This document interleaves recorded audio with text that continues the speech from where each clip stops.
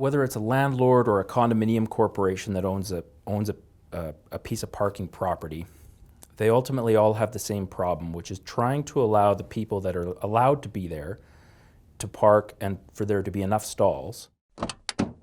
The challenge is the same, which is that they don't.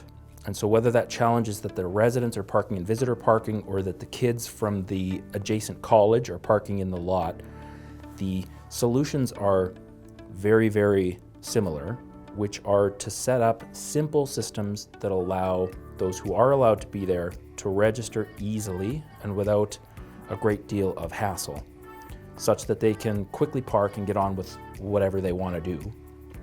And having that in place, there's now a system where whoever's managing that property doesn't need to manage the parking on the property because they've put a system in place that's capable of doing that.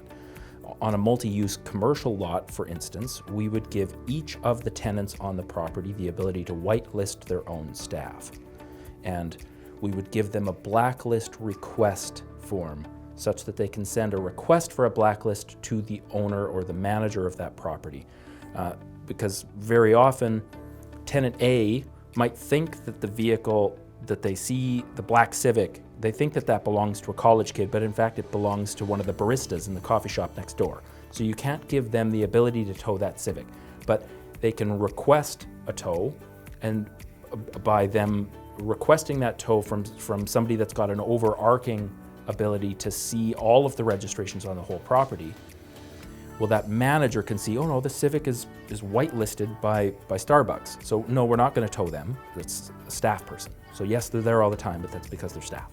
And so the systems that we've got in place to manage parking at a permission level, going right from an exclusively used parking stall that's exclusively used by one person to a tenant that's allowed to whitelist their own staff, to a whole global list of plates that we can in turn give to a parking enforcement company that will write tickets to anybody that isn't registered. So now you can encourage those college kids not to be parking here by giving them parking tickets.